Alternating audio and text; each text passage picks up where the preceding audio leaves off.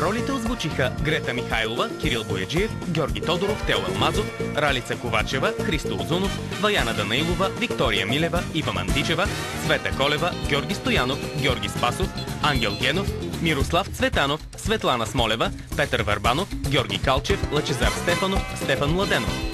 Преводач Нина Гавазова. Тон режисьор Пламен Чернев. Режисьор на дублажа Василка Сугарева. Филмът е озвучен в студио Александра Аудио. Продуцент на българската версия Disney Character Voices International.